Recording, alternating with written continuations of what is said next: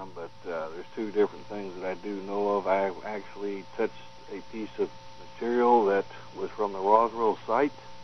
Oh, you have? Yeah, it was over in the next.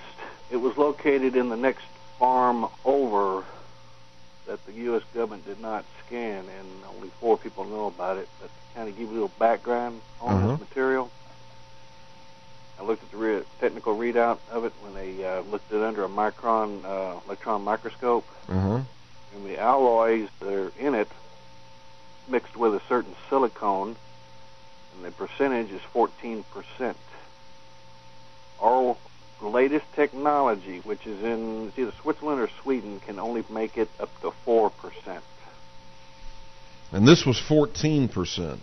This is 14%. And there's another metal in there that is totally extraterrestrial. It's not from the known element chart that we go by. So, what do you think of the story out of Russia? And the reason that I'm asking that in connection with what you just said, obviously something brought down that craft at Roswell. Something caused it to crash. Well, I have a little bit of an idea of what may have brought it down. What do you think it was? I think since you may have different species up there, that there might have been a war up there. One of them was brought down because back then the type of weapons that we had as human beings on the Earth had nothing that could bring something like that down. The shells that we consider by howitzers and artillery would not penetrate this metal. So it would have to be of a particle beam energy upon this object from another object. You sound as if you have some scientific expertise in this. Well, I have worked in different areas that I really can't say, but the chances are that coming from a similar craft, since there are different species, and my question I always had in the back of my mind is why do extraterrestrials take a great interest in this planet? That is a mystery. What is it about Mother Earth that they want to somehow want to seize it for themselves? But of course, naturally, when you have 6 billion people on the planet, the sheer numbers alone would be hard to fight them if the real world knew what was really going on. Well, unless they had technology that would be a planet buster type technology, you know. Well, I've heard where one of the questions was asked to one of these beings that ultimate question is that talk about we refer to him as God, and they just flat asked, do you guys believe in such a being? And they said yes, there is a supreme being. They have to live by the same type of laws that we have to here on Earth. Well, that very well may be the key that stops them from devastating the planet. Do you have any idea or opinion as to why they would be interested in this planet? My opinion would be it would have to be with the water. There's something about the water that they use to generate power. It very well may be the hydrogen content in the water. All right, now this piece of material from the Roswell crash, was this something a long time ago, or is this piece of material still around somewhere?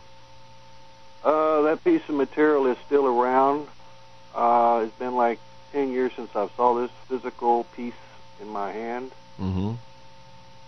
I'd say it was probably about 18 inches long, kind of like a bar, and it did have writing inside of it that the closest that I can make out to would be like between like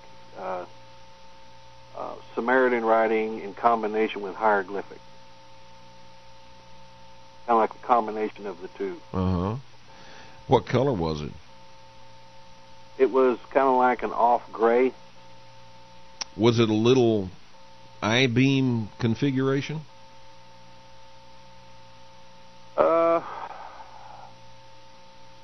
If you look at an I-beam, and you look at it from the end where it forms a T at the top and the T at the bottom and a straight in the middle, you would take it and cut it in half, where it had like 2 feet and the piece in the center. Okay. Like a structural beam. Okay. It would be like you put in a building. How wide was it? Pardon? You said it was about 18 inches long. How wide was it? About 3. About 3 inches. It's very, long. very light. And this was a material that you say it can't come from Earth. Now, let me just ask this: do you have the scientific expertise to be able to say that, or are you basing that on what a scientist told you? That is based on the readouts that they did with the electron microscope that gives the readout of every element that is in a physical part. Mm-hmm. If you want to have it examined, like reverse engineered, mm-hmm. and they had come across me to see if there was some type of basic domestic purpose you could use it for mm-hmm. industry. Yeah. But since you cannot reduplicate that material, there's no way you can put it into... Now, was it subjected to any other type of test, like trying to heat it up and see what happens, see what its melting point would be, and so forth? They tried to do that, but it didn't have very much success. Yeah. Wow. But your greatest way of telling what a material is to put it under the electron microscope and do a readout. Have you ever seen any other material from anywhere else that under the electron microscope that was not from here? Say again, Kevin. Have you ever seen any other material from somewhere else and then looked at it under the electron microscope and determined that it also was extraterrestrial? Have you seen anything else, or just this one thing? No, just that one piece. Uh-huh. See, it counts your electrons and your protons and your neutrons and the nano scale as well, and it's off the graph of this alien element. Okay. This is one of those elements that when they tried to build the super collider here in Texas to try to reformulate it, but Clinton cut the funds off of that. Yeah, so now you got to purpose of building that thing. Yeah, so now they have to do it over at the new, what is it called, Super Hadron Collider? Yeah, somewhere over in Europe. Mm-hmm. Well, I'll tell you what, this is fascinating. After you saw that material, what did you think about the Roswell crash? Is it real, or is the Air Force telling us the truth about it?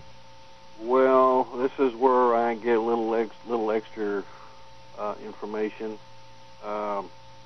My father had passed away in '93, and he worked on a lot of the big high projects, and he was actually raised up there in Ruidoso, which is 50 miles west of Roswell in the mountain range. And he was stationed in Fort Blitz in El Paso in guided missiles.